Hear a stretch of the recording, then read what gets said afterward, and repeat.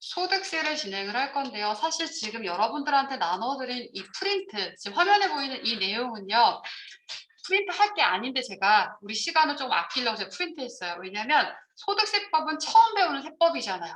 그래서 용어가 낯서니까 다 같이 필기 좀 해봅시다. 그러면서 외워봅시다는 취지로 그냥 생으로 다 같이 필기를 해요. 근데 그게 너무 화면이 잘 안 보이잖아요. 그래서 제가 얼른 출력을 한 거예요. 그래서 연결돼서 하고 그만큼 새로운 표현들을 좀 익혀두세요. 그래서 오늘은 기본 총칙하고 계산 구조를 연결할 겁니다. 자, 소득세 시작을 할게요. 자, 이건 주인공 아니에요. 법인이 벌어들인 소득은 법인세가 과세가 되겠죠. 우리는 개인이 벌어들인 소득세, 개인 소득세, 줄여서 소득세라고 합니다. 자, 법인세는 이제 다음번에 배우시면 되는데 이 법인세는요. 순자산 증가서를 따라요. 순자산 증가서. 순자산 증가설입니다. 아주 단순하게 표현을 하자면은요. 우리 만약에 1월 1일이 있고 여기가 12월 31일이래요. 12월 31일입니다. 대충 쓰고 그럼 각 사업연도에 벌어들인 소득에 대해서 과세를 하는 건데 우리 1년을 기준으로 하니까 순자산 증가설이라고 하는 거, 요 기간 동안에 순자산이 증가한 거에 대해서 순자산이 뭐예요? 뭐라고 하시는데 순자산 당황하지 말고 순자산은 뭐다? 자본을 의미하죠. 그러니까 단순한 예로 우리가 1월 1일 기초에 순자산이 100이 있었대요. 네. 근데 12월 31일에 순자산 자본이 만약에 400이 됐대요. 그러면 순자산은 지금 얼마가 증가했어요? 300 증가했죠. 요 순자산 증가한 거에 여기 300 증가한 거에 법인세가 과세됩니다. 권리 의무 확정주의, 권리 의무가 확정된 거에 과세됩니다. 뭐 이렇게 표현을 하는데 그렇다면 우리가 순자산이 증가하는 거 어떤 거 있어요?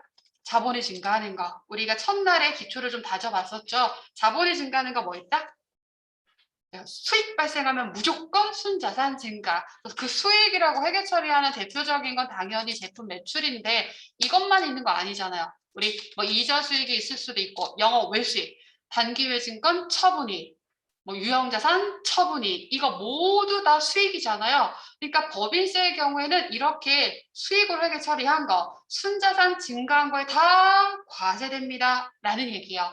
너무너무 많잖아요. 그래서 예시주의를 따릅니다. 라는 거. 법인세는 예시주의. 그래서 어쩌다가 하는 일시 우발적인 소득에 대해서도 과세돼요. 그래서 우리는 주된 매출은 제품 매출인데 아까도 살짝 얘기했는데 쓰고 있던 차량을 매각해도 우리는 회계처리 뭐라고요? 장부가액보다 처분가액을 더 비싸게 팔면 유형자산 처분이익.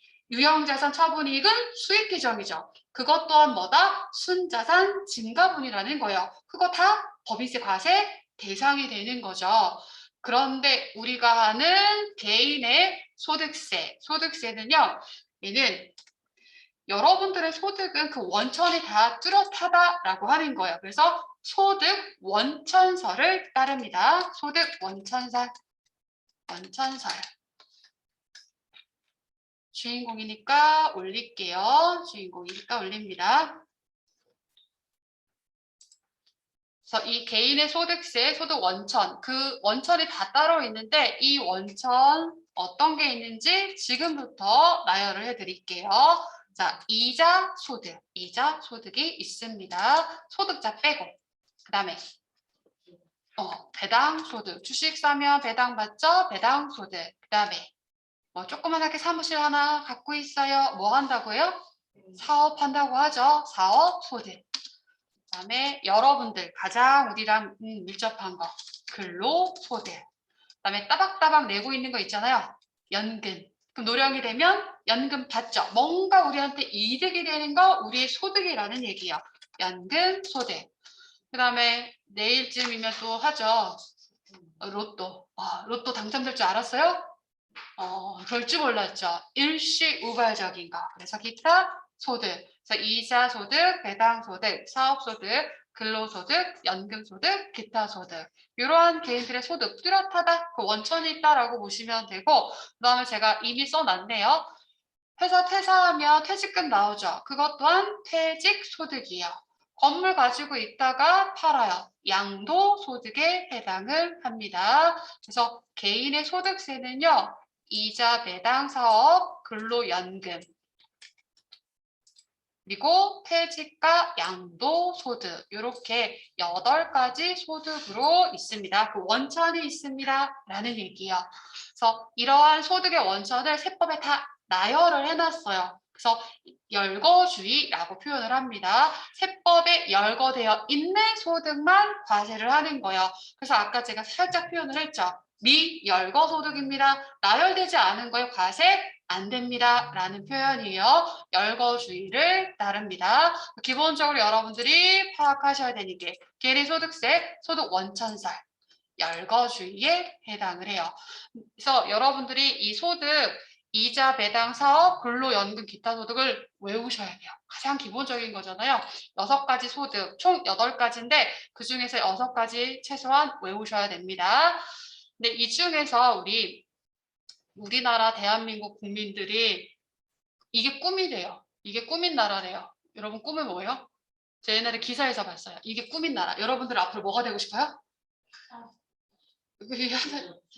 제목이 딱 써있어요. 이게 꿈인 나라. 건물주님인 거잖아요. 그렇죠? 부동산 임대소득. 그래서 원래는 부동산 임대소득세라고 따로 있었어요. 그런데 이게 어디에 포함이 됐냐면 사업소득에 포함이 됐습니다. 그 사실도 알고 가세요. 여기다 살짝 쓸게요. 조그맣게 얘보다는 좀 조그맣게 쓰고 싶었지만 줄이진 않을게요. 원래 별도로 있었지만 사업소득에 포함되는 게 부동산 임대소득이게 있습니다. 2배사 근연기 이 순서대로 좀 외우세요. 앞자리만 따서 2배사 근연기 이렇게 외워두시면 돼요. 그리고 퇴직과 양도가 있습니다. 여러분들의 소득 1년 동안 발생한 소득을 합산해서 과세를 할 거예요. 그래서 여러분들의 1년치 소득에 대해서 이렇게 합산해서 과세합니다. 이렇게 원을 그리고 싶었는데 이쁘게 그릴게요. 이렇게 합산해서 과세. 1년 동안 발생한 소득에 대해서 합산해서 과세한다라고 해서 얘를 우리는 종합과세라고 불러요. 그래서 1년 동안 발생한 소득을 합산합니다. 1월 1일부터. 그래서 얘를 종합과세. 쭉 필기하는 내용을 이제 부분 써놨더니 정신이 없네요. 종합과세 합니다. 근데 우리가 회계에서도 급여를 주면 받는 사람은 근로소득, 그 소득의 원천에서 세금을 뗍니다. 얘를 뭐라고 배웠어요? 원천징수라고 배웠죠. 납세 편의상 원천징수를 해요. 근데 그 원천징수함으로써 과세가 종결되는 방법이 있어요. 이걸 우리는 분리과세라고 부릅니다. 분리과세. 1년 동안 발생한 소득을 합산하는 걸 뭐라고 부르고 종합과세. 원천 징수한 소득을 과세를 과세 종결하는 걸 분리과세라고 부릅니다. 여러분들의 소득은 기간을 얼마 동안을 집계한다? 1년 동안이요. 1년 동안에 발생한 소득에 대해서. 근데 총 소득세가 지금 몇 개가 있대요? 8가지 소득인 겁니다. 그중에 6가지를 종합과세합니다. 라는 건데 8가지 소득 중에서 1년짜리가 아닌 애가 있어요. 바로 누구? 퇴직과 양도소득이에요. 퇴직소득은 어때요? 되게 근속기간이 기신 분들은 퇴사하면 퇴직금이 어마어마하죠. 근데 그 퇴직금 어마어마한 걸 소득 발생했어요. 실제로 퇴사한 해 번 게 아니죠. 20년 근속해서 번 거예요. 그러면 그때 퇴사해서 세금을 딱 부담을 할 때 어떻게 돼요? 1년짜리가 아닌 장기간에 걸쳐서 발생한 소득이 일시에 실현이 되는 거예요. 그러면 소득세는 소득이 많으면 많을수록 세액 부담이 커집니다. 라고 했었죠. 그럼 부당하게 높은 세율이 적용받게 돼요. 그래서 이러한 걸 우리는 결집효과라고 부르고 결집효과를 방지하기 위해서 따로 분류해서 과세합니다. 제가 아예 다 써버렸어요. 말 표현을. 1년짜리 소득이 아닌 게 있습니다. 장기간에 걸쳐 발생한 소득이 일시에 빵 터지는 거예요. 부당하게 높은 세율이 적용되는 걸 방지하기 위해서 따로 분류해서 과세합니다. 분류, 과세. 건물도 전년도에 1억이었어. 근데 올해 2억이 됐대요. 근데 만약에 걔를 10년 전에 샀으면 한 500만 원 주고 샀을 수도 있다라는 거야. 그럼 오래오래 가지고 있음으로써 내가 이 소득이 많아진 거죠. 그게 장기간에 걸쳐서 발생한 거라고요. 그래서 따로 분류해서 과세합니다. 여러분들 여기를 구분하셔야 돼요. 우리나라 과세 방법은 뭐가 있다? 종합과세, 분리과세, 분류과세가 있습니다.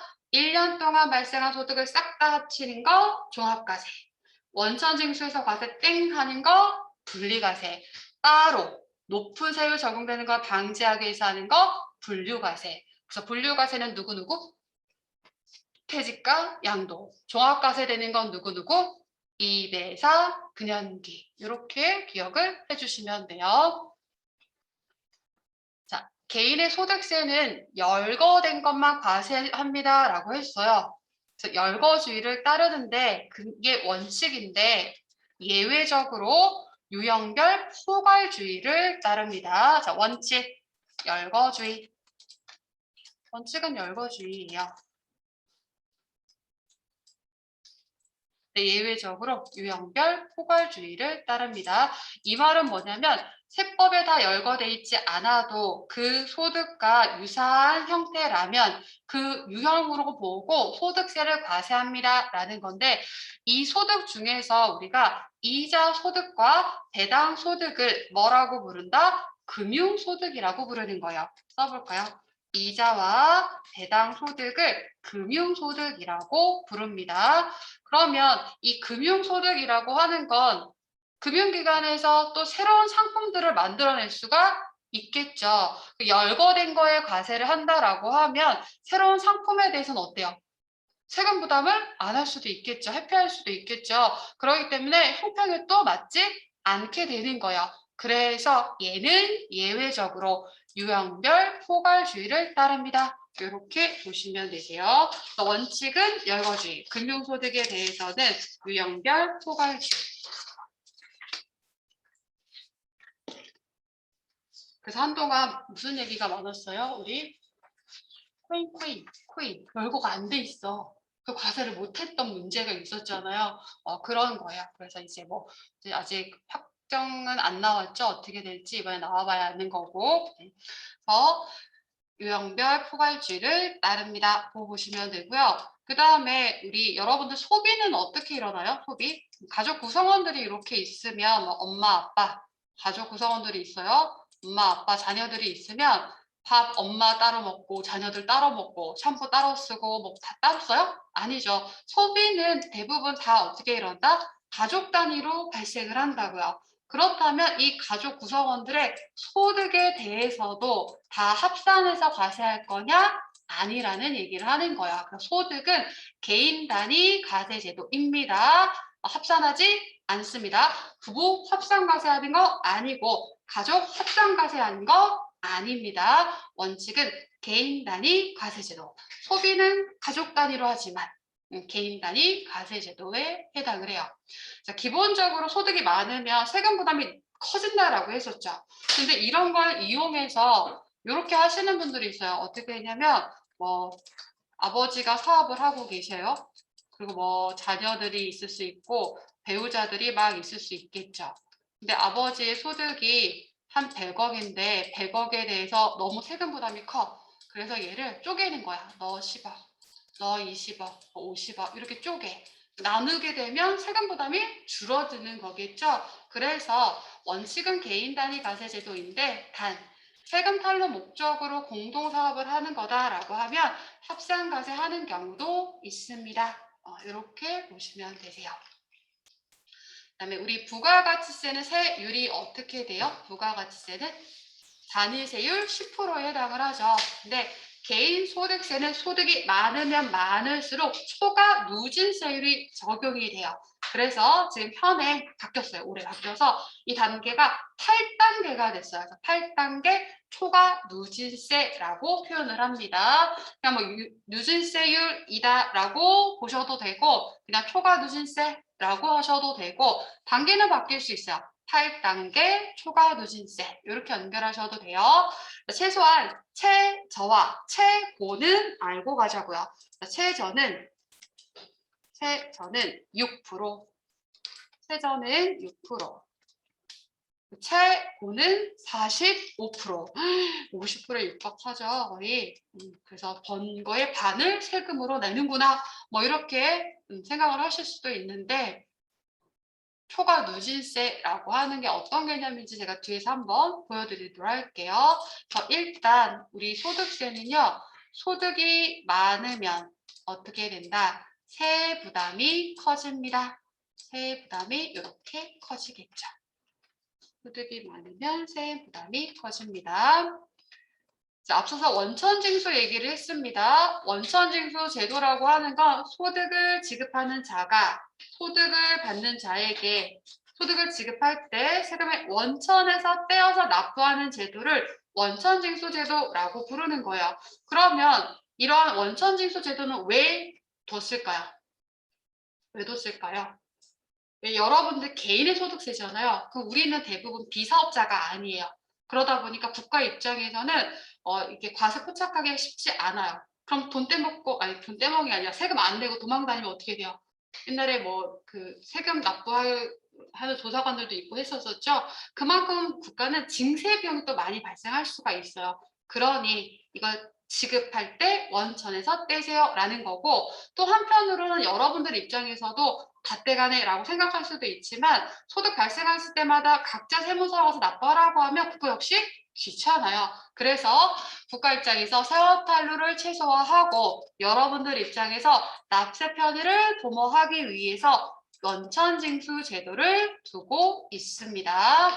그럼 이 원천징수라고 하는 건 뭐다? 우리는 1년짜리 전체에 대해서 합산해서 과세하는 게 원칙인데 그 중간중간에 소득이 생겼을 때 세금이 지금 이렇게 떼어지고 있다는 얘기죠. 그럼 이때 원천징수 함으로써 과세가 종결되는 게 있고 원천징수를 했는데도 다시 1년치를 다 합산해서 종합과세하는 것도 있어요. 그래서 원천징수를 하고 이렇게 하고 싶었어요. 과세가 종결되면 끝났다고요. 완납적 원천징수라고 부르고 이게 바로 뭐가 된다? 분리과세. 아까 얘기했던 분리과세가 됩니다. 원천징수하고 과세가 땡! 그러면 분리과세.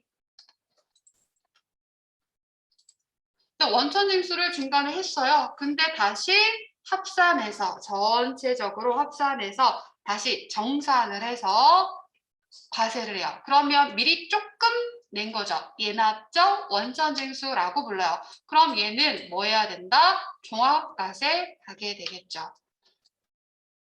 아예 처음부터 원천징수를 안 했대요. 그럼 당연히 뭐 한다? 종합과세. 그래서 이렇게 보시면 돼요. 원천징수를 했어도 종합과세하는 경우가 있고 원천징수를 안 했다면 당연히 뭐 해야 된다? 종합과세. 이렇게 연결.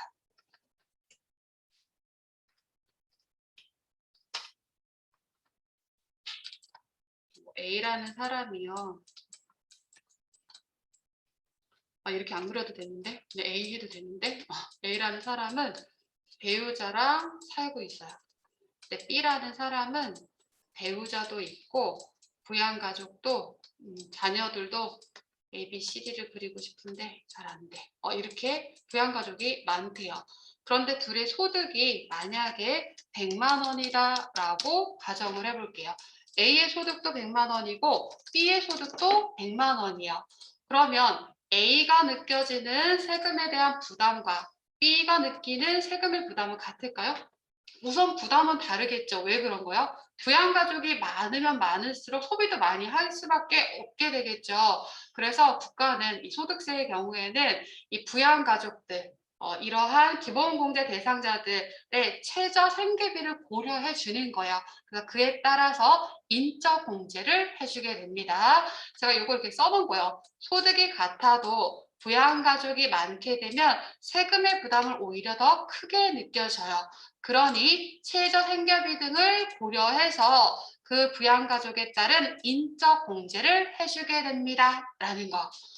그래서 우리는 얘를 뭐라고 부르냐면 인세라고 불러요. 인세. 인적 공제를 해줍니다. 인세.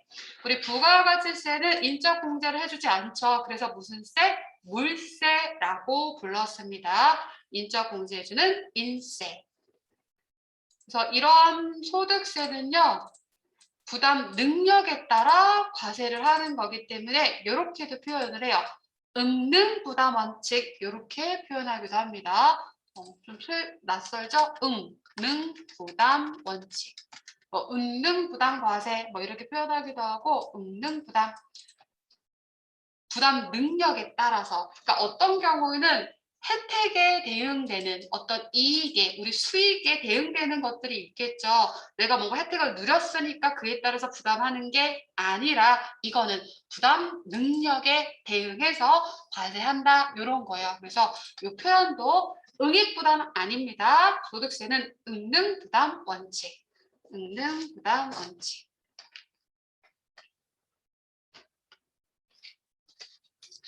이렇게 보시면 되고 오른쪽에 써있죠? 과세 기간으로 연결을 할게요. 자, 이미 아까 했어요. 우리 부가가치세 과세 기간은 1기와 2기입니다. 그런데 소득세는요, 원칙적으로 언제?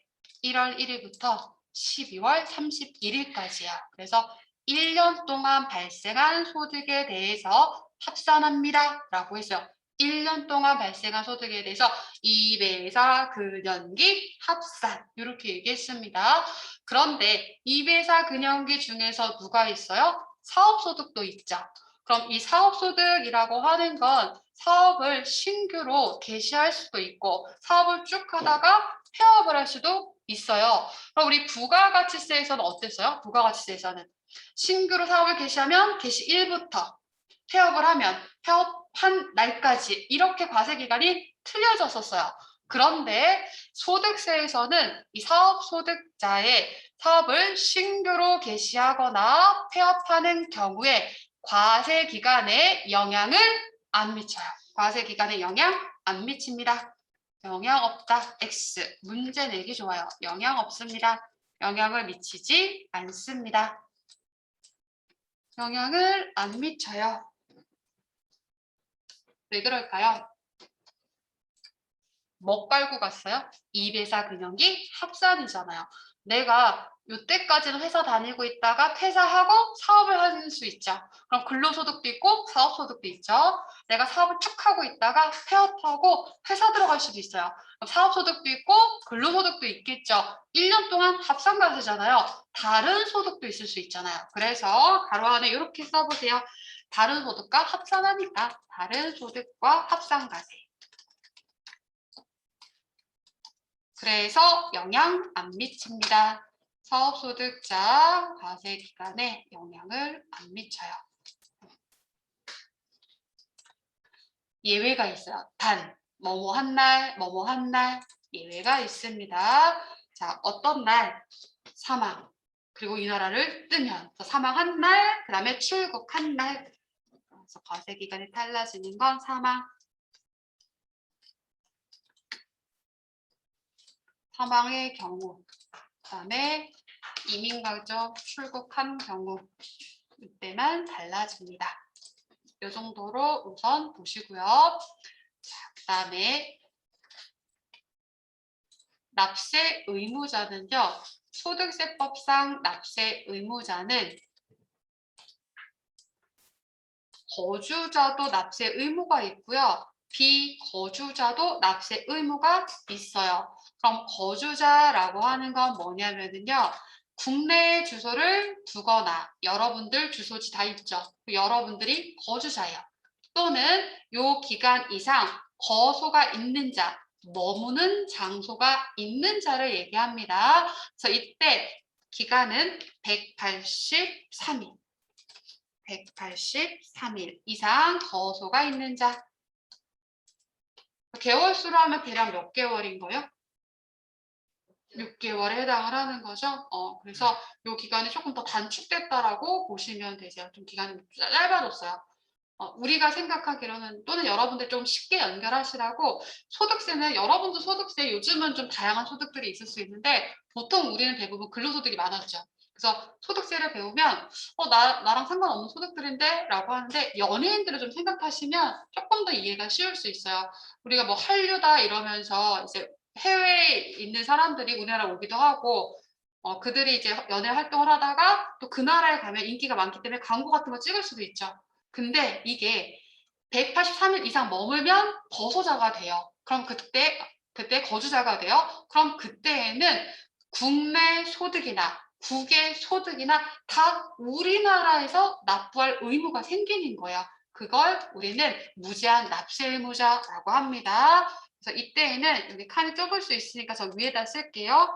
국내외 원천소득, 국내외 원천소득. 원천소득.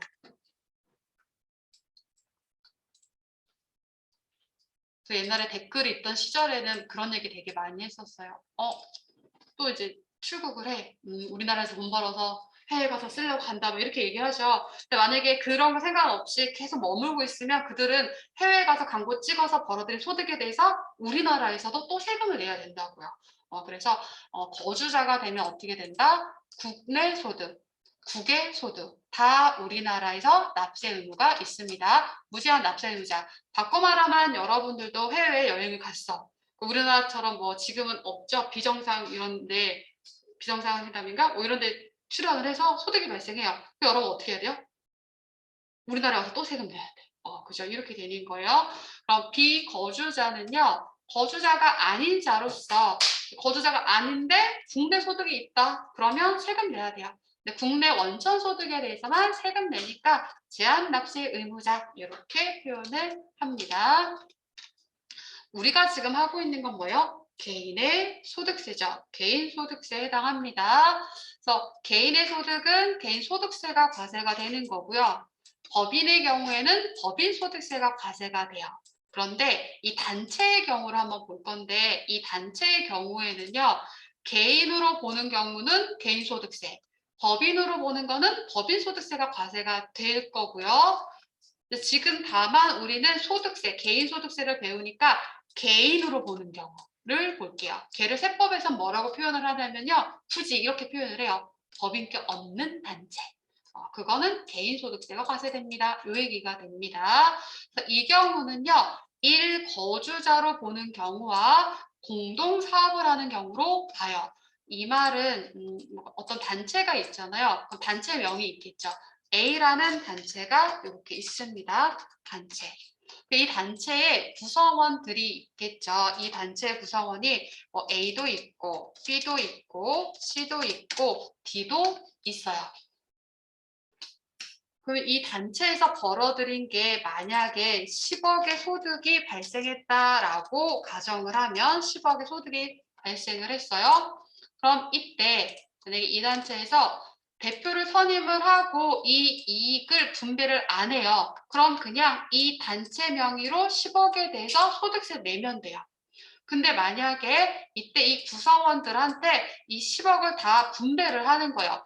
너는 2억, 너는 3억, 너는 4억, 너는 1억 이렇게 싹 다 분배를 해요.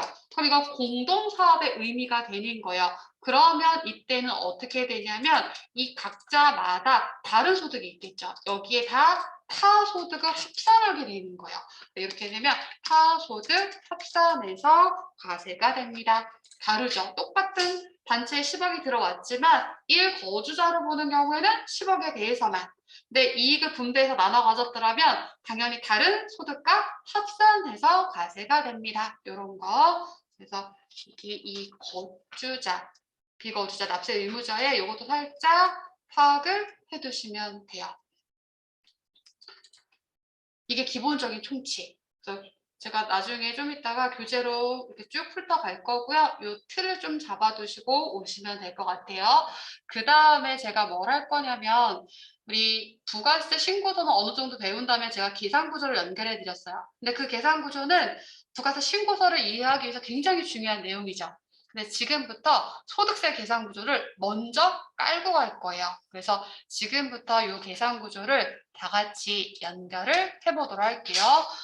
이것도 그냥 통째로 다 써봅시다 라고 하는데 제가 기본 틀은 좀 잡아놨어요. 이것도. 그래서 여러분들이 어느 정도만 연결하시면 되실 것 같아요. 우리 소득세는요. 수업 목적상으로 보면 이론이 딸랑 두 문제예요. 그렇다고 해서 이것들을 이렇게 대충 배우면 너무 아쉽잖아요. 그래서 최소한 계산 구조 틀을 잡는 것만으로도 전체 개념이 좀 되실 거예요. 그러니까 우리 세무이급 범위에는 누가 많냐면 근로소득에 대한 급여자료 입력, 원천징수, 연말정산 범위가 좀 많겠죠. 그러니까 그게 포인트라고 생각을 하시고 이론상은 전체 개념을 좀 다룬다. 라고 생각을 좀 해보시면 될 것 같아요. 그래서 제가 요 계산 틀 잡는 거를 조금 더 중요하게 생각을 해요. 자, 그러면 각각의 소득에 대해서 깊이는 들어가진 않아도 최소한 이렇게 한번 틀을 잡아볼게요. 여러분 오른쪽 하단에 여백이 좀 있는데 거기다가 이 기본 틀을 하나만 먼저 쓰고 갈게요. 어떤 거를 쓰고 가시냐면 한번 써볼까요? 우리 회계에서는요.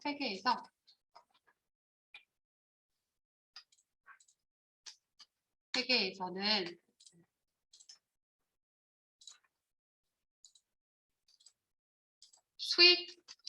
수익에서 색깔은 상관없으니까 수익에서 수익을 벌기 위해서 들어가는 누구? 비용. 이걸 빼면 뭐라고 불렀어요?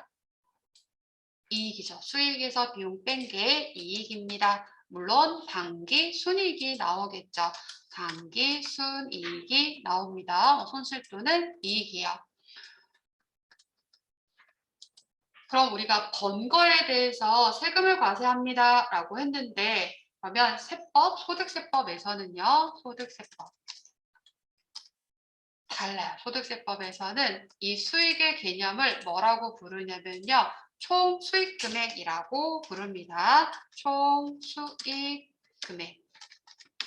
이 표현은 들어보셨죠? 수익 금액이라고 불러요. 그러면 이 수익 금액에서 이 수익 금액을 벌기 위해서 들어간 걸 우리는 필요 경비라고 부릅니다. 총 안 써도 괜찮아요. 수익 금액이라고 하셔도 돼요.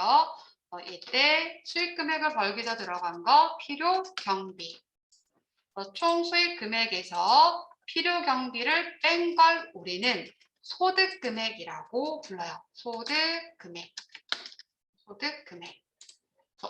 이 용어 표현도 문제화되기도 해요. 가장 기본적인 거니까 틀을 잡아두세요. 총 수익 금액에서 누굴 뺀다? 필요경비. 필요경비를 빼면 누가 나온다? 소득 금액이 나옵니다. 자, 이 소득 금액은 굉장히 중요한 구조예요. 이 소득 금액 꼭 기억하셔야 돼요. 100만 원 벌었습니다가 내 소득 금액이 아니라 100만 원을 벌기 위해서 필요경비를 빼는 거예요. 20만 원 들어갔습니다. 소득금액 80만 원. 그래서 이 구조 잘 연결하세요. 그러면 이 소득금액을 계산하기 위해서 총 수익금액을 따로 집계하고 필요경비를 따로 집계하는 게 아니라 우리 회계에서 회계장부들 있겠죠. 수익비용 잡아놓은 거에서 이렇게 맞춰가는 작업을 하는 거야. 그래서 이렇게 맞춰가는 작업이 세무조정이 될 겁니다. 이건 이제 사업소득자에 해당을 하겠죠. 그래서 일단 용어적인 것만 우선은 파악을 하고 위로 올라가 보도록 할게요. 자, 이 계산 구조. 제가 예전에 이제 이런 수업 안 하고 판사하던 수업을 하면은 매 시간마다 이 계산 구조를 무조건 그렸어요. 여러분 외우시라고. 어느 정도 외워지시라고 이렇게 그렸습니다. 왜냐면 지금 여기 왼쪽 세로줄에 있는 게 메인이에요. 이 메인의 계산 구조가 여러분들 연말정산하는 화면이 되실 거예요. 그래서 할 때마다 익히면 연말정산할 때 훨씬 쉽게 반영하실 수 있습니다. 자, 우선은 근로소득의 연말정산을 기준으로 하면 우리 종합 과세된다라는 거 기준으로 생각을 하시는 거예요. 종합과세되는 소득은 몇 가지? 6가지. 누가 있어요? 앞자리만 따보시면 2배, 4, 근연기. 제가 굳이 이렇게 얘기해요. 2배를 사면 그럼 연기를 해준대요. 그냥 웃고 기억하세요. 아무 인과관계 없어요. 2배 4, 그럼 연기. 2배 4, 근연기. 요 순서대로 기억을 하십니다. 그래서 이러한 소득을 다 합산하는 게 종합소득 총수익 금액이에요. 자, 기본 틀 잡을게요. 종합소득 총수익 금액. 여기에는요. 비과세 소득은 빠져요. 비과세 소득은 빠집니다. 별도의 비과세 소득을 배우시게 될 거고요. 그 다음에 기본적으로 얘네들은 뭐다? 종합소득 합산과세입니다. 라고 했으니 분리과세 되는 건 들어올 수가 없겠죠. 분리과세 빠집니다. 분리과세 빠져요. 비과세와 분리과세 소득은 빠집니다. 그래서 총 수익 금액에서 필요 경비를 빼요. 그럼 누가 나온다고요? 종합소득 금액이 나옵니다. 이건 너무 중요한 구조니까 저 하나 더 밑줄할게요. 그럼 종합소득 금액이 나옵니다. 자, 이거 왜 강조하냐면 우리 이제 곧 있으면 연말정산에서 내 부양 가족들 중에서 나의 기본공제 대상자가 되는지를 판단하실 거죠.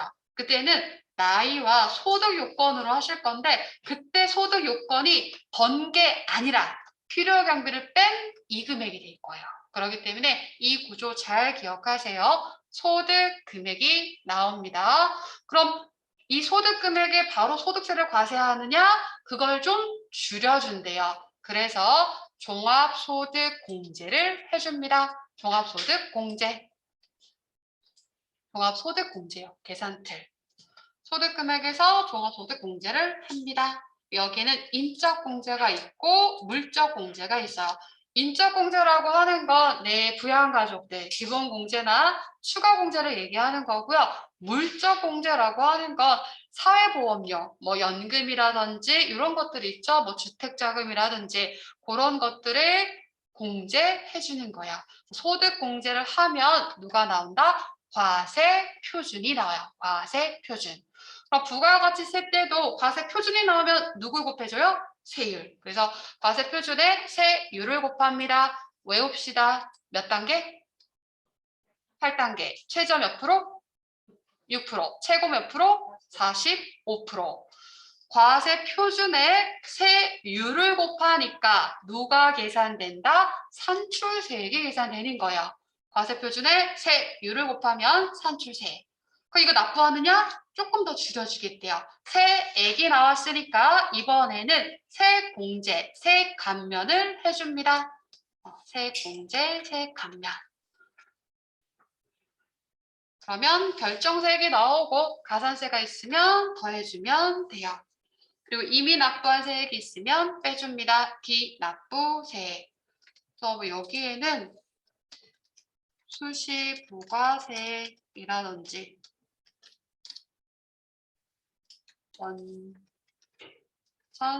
원천징수세액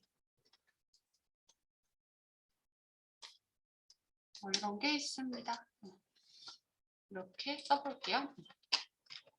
그러면 차가감 납부 환급세액이 계산이 되어집니다.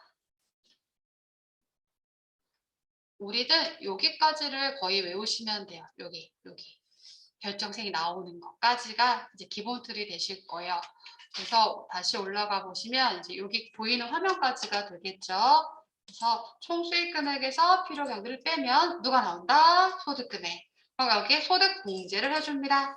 그럼 과세 표준이 나오고 세율을 곱하면 산출세액. 산출세액이 나왔으니 또 뭐를 빼주자? 세공제를 해줍니다. 세감면이나 세공제에 해당을 해요. 근데 이제 여러분들이 이제 연령의 차이가 있고 또 세법에 대해서 관심이 뭐 이전에는 없다가 새롭게 생길 수도 있고 하는 거죠. 근데 옛날에는 우리가 연말정산을 하면 뭐라고 표현했냐면 13월의 급여 이렇게 표현을 했어요. 그만큼 환급세액이 많았다라고 하는 건데 기본적으로 우리 근로소득자들을 뭐라고 표현하냐면 유리지갑이라고 표현을 해요. 왜 유리지갑이라고 해요? 월급 받으면서 세금을 다 떼가잖아. 근데 이제 사업을 하는 사람들이나 이런 사람들은 뭐 다양한 형태로 절세를 하게 되죠. 뭐 그게 과하면 뭐 탈세를 하게 되기도 하는 건데 이제 합법적으로 절세를 하기도 하는데 근로소득자는 방법이 없잖아요. 그렇기 때문에 일단 근로소득자들에게 혜택이 많다라고 보시면 되세요. 일단 많아요. 근데 옛날에는 환급세액이 많이들 나왔는데 언젠가 몇 년 전에 있었던 일이에요. 갑자기 납부세액이 생기는 거야. 그게 왜 그랬었냐면 이 계산 구조가 한번 확 틀어진 거였어요. 그게 어떤 거였냐면 여러분들이 알고 계시는 대부분의 연말정산이 요 소득공제에 있었어요. 그런데 이 소득공제에 있는 내용을 밑으로 쏙 빼서 세액공제에서 빼버린 거예요. 그러면 이 과세표지는 어떻게 됐겠어요? 늘어났겠죠. 과표 자체가 늘어났기 때문에 물론 다 뭐 부담이 아니라 누군가는 혜택을 받은 자들도 있고 또 납부세액이 커진 사람들도 있겠죠. 근데 보통 느끼긴 체감이 납부세액이 많더라라고 하는 게 이런 거라는 거예요. 옛날에는 연말정산이 다 여기 있었는데 이제는 밑으로 내려가서 어디에도 있다? 세액공제. 그래서 여러분들은 소득공제도 있고 세액공제도 있다. 이렇게 기억하시면 돼요. 두 가지로 구분하시는 거예요. 소득공제, 세액공제. 그래서 이름을 특별하다고 붙여놨어요. 특별, 세액공제 등등등. 이제 앞으로 배우시게 됩니다. 이 틀을 기억하시면 어떻게 되냐면 화면 구성이 좁겠죠. 그러면 이거를 이제 길게 못하니까 결국은 여러분들은 소득공제는 왼쪽, 세액공제는 오른쪽. 여기서 딱 입력만 하시면 돼요. 틀만 딱 잡아두시면 그래서 이렇게 연결을 해볼게요. 자, 우선 요 틀 잡고 10분 쉬었다가 나머지 연결할게요.